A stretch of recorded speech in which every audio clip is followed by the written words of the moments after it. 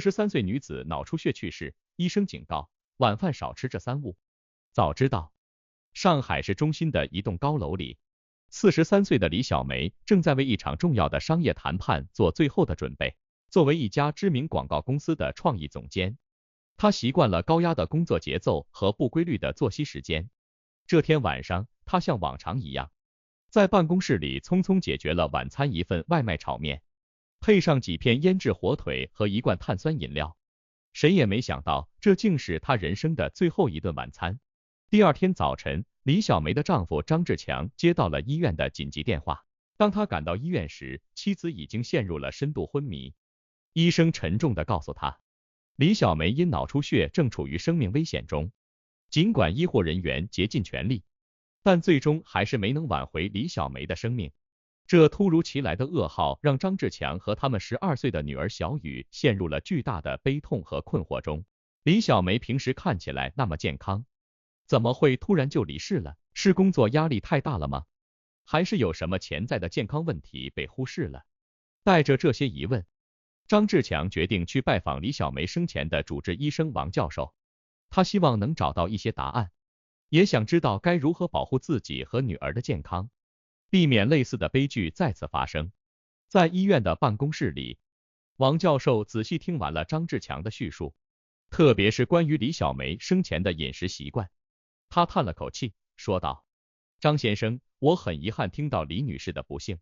虽然脑出血的发生往往是多种因素共同作用的结果，但不当的饮食习惯确实可能是一个重要的诱因。特别是晚餐，很多人忽视了它对健康的重要影响。张志强急切地问道：王教授，您能具体说说吗？晚餐有什么特别需要注意的吗？王教授点点头，说：确实如此。根据我多年的临床经验和最新的医学研究，晚餐时有3类食物特别需要少吃或避免。1. 高盐食品，过多的盐分摄入会导致血压升高，增加脑卒中的风险。2. 高脂肪食品，晚上摄入过多脂肪不仅容易导致肥胖，还会增加血液粘稠度，影响血液循环。3. 含咖啡因的饮料，咖啡因会刺激神经系统，影响睡眠质量，长期睡眠不足也是脑血管疾病的风险因素之一。张志强回想起妻子常吃的那些外卖晚餐，心中一阵后悔。他问道：那我们应该怎么吃晚餐才健康呢？王教授耐心地解释道：健康的晚餐应该遵循以下几个原则。1. 少量多样，晚餐摄入的总热量应控制在一天总热量的30%左右。2. 选择低盐、低脂、高纤维的食物，多吃蔬菜、水果、全谷物等。3. 适当进食优质蛋白，如鱼、鸡肉、豆制品等。4. 避免刺激性食物，如辛辣、油炸食品等。5. 保持规律，尽量在固定时间进餐，最好在睡前3小时完成晚餐。张志强认真地记下这些建议，突然想到了什么，问道：王教授，您能不能给我们一些具体的健康晚餐建议？王教授欣慰地看着张志强，说：当然可以。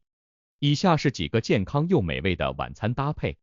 1. 蒸鱼加西兰花加糙米饭，提供优质蛋白、膳食纤维和复合碳水化合物。2. 鸡肉沙拉加全麦面包，低脂高蛋白，搭配全谷物。3. 豆腐蔬菜汤加紫薯，营养均衡，易消化。4. 烤鸡胸肉加烤蔬菜加藜麦，低脂肪、高纤维，富含蛋白质。就在这时，张志强的女儿小雨推门走了进来。她听到父亲和医生的对话，眼中闪烁着泪光。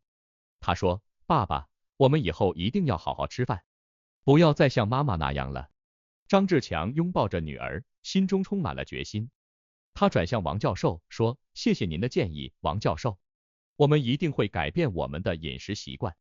但除了饮食，还有什么是我们需要注意的吗？王教授点点头，说：除了饮食，还有几个重要的方面需要关注。1. 保持规律作息，充足的睡眠对于维护脑血管健康至关重要。2. 适度运动，每周至少150分钟中等强度有氧运动，可以有效降低脑卒中风险。3. 控制体重，肥胖是脑血管疾病的重要危险因素。4. 戒烟限酒，吸烟和过量饮酒都会增加脑卒中风险。5. 定期体检，特别是血压、血脂、血糖等指标的检查。13. 小雨认真的听着，突然问道，王叔叔，我们学校的午餐也经常有炸鸡和汉堡，这些也不健康吗？王教授温和的说，小雨，你问得很好，虽然偶尔吃一次这些食物不会有太大问题，但长期大量食用确实不利于健康。你可以和学校的营养师沟通，看看能不能增加一些更健康的选择，比如水果、蔬菜沙拉、全麦面包等。张志强若有所思地说，是啊，我们不仅要改变自己的饮食习惯，还要帮助身边的人认识到健康饮食的重要性。王教授赞同的点点头，没错，健康的生活方式需要从小培养，也需要整个社会的共同努力。离开医院时，张志强和小雨的心情虽然依然沉重，但也充满了希望。他们决定从今天开始彻底改变自己的生活方式。1年后，张志强和小雨再次来到医院看望王教授。这1年里，他们不仅改变了自己的饮食习惯，还在社区里开展了健康饮食的宣传活动。小雨在学校里也成立了一个健康午餐俱乐部，鼓励同学们选择更健康的食物。王教授看着他们健康的面容，欣慰地说，你们做得很好，虽然我们无法改变过去，但我们可以通过自己的行动，影响更多的人，让悲剧不再重演。张志强感激地说，是的，王教授，虽然我们失去了小梅，但她的离去让我们认识到了健康的重要性。我相信，如果有更多的人能意识到这一点，就会有更多的家庭免于经历我们的痛苦。小雨坚定地说，我长大后要当一名营养学家，帮助更多的人学会健康饮食。王教授欣慰地看着这对父女，心中充满了希望。他知道，只要每个人都能从自己做起，关注日常饮食，保持健康的生活方式，我们就能大大降低脑血管疾病的发生率，让更多的家庭远离病痛的折磨。正如古人所言，病从口入，我们每个人都应该重视日常饮食对健康的影响。让我们共同努力，从每一顿健康美味的晚餐开始，谱写健康幸福的人生乐章。